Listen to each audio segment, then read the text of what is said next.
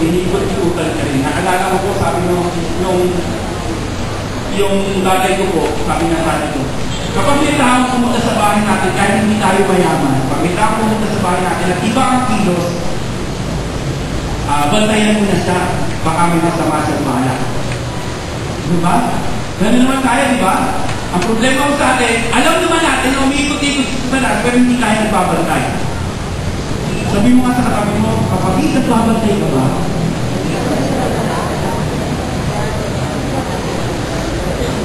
Minsan, once a week, twice a month, nagbabantay ako. So, si Satanas, ulitin ko po, araw-araw umiikot-ikot sa daigdig. At hindi po accepted yung bahay natin na maikutan. Madaanan, hindi pasyalan para sirain, nakawal at sirain. Hello? Tingin ko ba ron? Sabi mo sa katabi mo, kapatid, magbantay ka ng mabuti.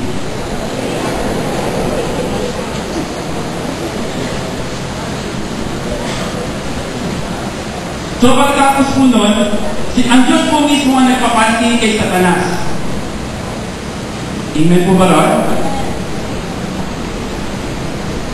Sabi po doon, one day, the angel came to present himself before the Lord, and Satan also came with them. The Lord said to Satan, where have you come from? Satan answered the Lord, from roaming through the earth and going back and forth in it. Then the Lord said, have you considered my servant Job? O ikot ka ng ikot sa daigdig, marami ka nang natira, marami ka nang nanakaw, marami ka nang napatay.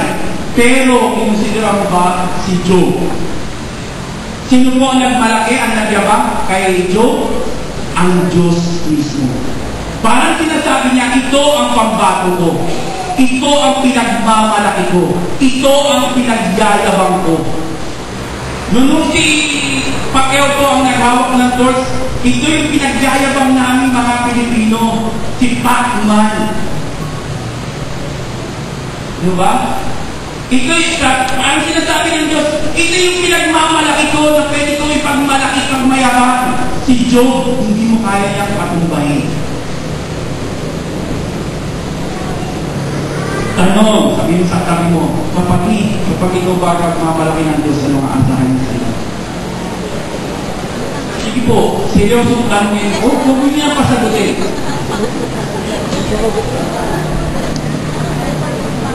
Parang ayaw mo itanong. Sige, isa pa ho. Isa ka namin mo pa, kapatid, kapag ikaw ang magmamalaki ng Diyos, anong aasahan niya sa iyo?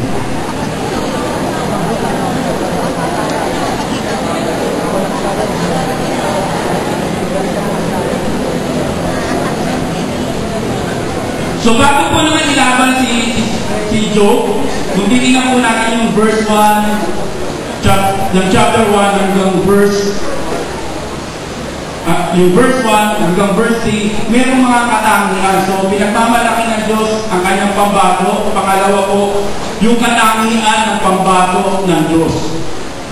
So bago po ilaban si Pacman, hindi naman po yan inilaban na, ikaw, ilalaban ka. Sino ba malaki-laki ng katawan dito? Si Brother Christian. Ilalaban natin ang boxing kasi malaki katawan niyan. Hindi naman ganun ang pagpili, di ba? So, merong mga dadaanan yan. Meron niya may kailangan katangian yung ipaglalaban. So yung buksinero, bago yung ilaban, siyempre may mga katangian hinahanap yung magte-train sa kanya. Titignan yung kanyang galing. Bilis ng paa, hindi para tumakbo pa sa kalaban, kundi bilis ng paa, paano umiwas, yung bilis ng katawan, bilis ng katawan, bilis ng mata, baka tatamaan niya, nakatitig pa rin sa suntok. So yung bilis ng kamay, yung lakas ng suntok, tinitignan po yun. So ganun din po sa mga pambato ng Diyos. May mga katangian po dapat na makita. Sa chapter 1, verse 1 to 2, sabi po doon, sa English po ay blameless, upright, fear God, shun evil. Doon po sa chapter 1, apat po yan makikita natin katangian na meron si Job. Na pag may katangian na kung ganyan sa ating kapanahunan, pwede ka na kunin ni Lord. Di ba? Pero si Job hindi siya kinuha kasi ipagmamayabang pa siya. Sabi mo nga sa kami mo, kapatid, kaya hindi ka pa kinukuha, ipagmamayabang ka pa ng Diyos. Parang ayaw mo. Si Job hindi yung kinuha, di ba tayo, pag may yung biruan natin, uy, bait mo naman, sana kunin ka na ni Lord. Di ba, ganun tayo? Pero ang Diyos po hindi, ang bait mo naman, tigigyan ka pa, ipagmamalaki pa kita. Sabihin mo sa katabi mo, kapatid, kaya ka namin ito, pinagmamalaki ka pa ng Diyos.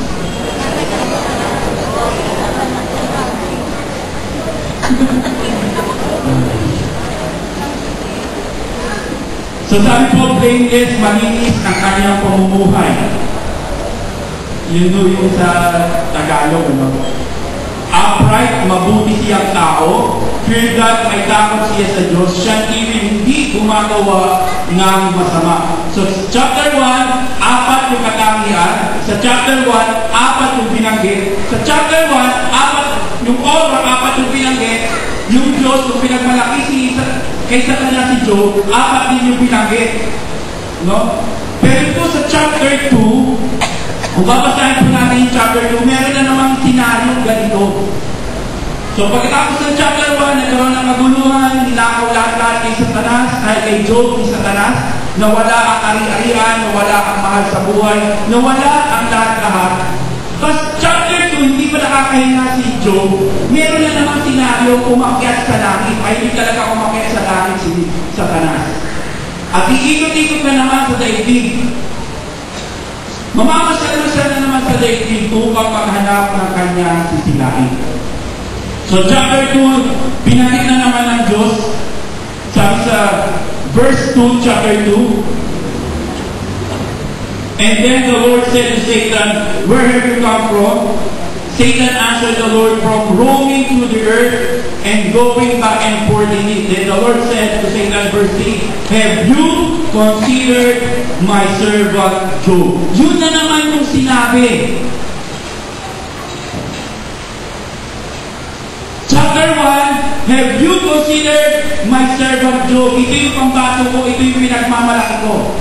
Chapter 2, eto na naman. Have you considered my servant Job? There is no one on earth like him. Walang tutulad sa kanya sa daigdig. Para bang sasabihin ng Diyos, lahatin mo na. Walang papatay kay Job. Diba ba? Lahatin mo na, wala kang pwedeng ipantay kay Job. Lahatin mo na.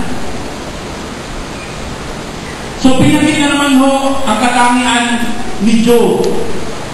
Blameless. Wala kang pwedeng isisi. Wala kang pwedeng ibunton na maling gagawa ni Job. Parang ganun yung sasabihin ng Diyos.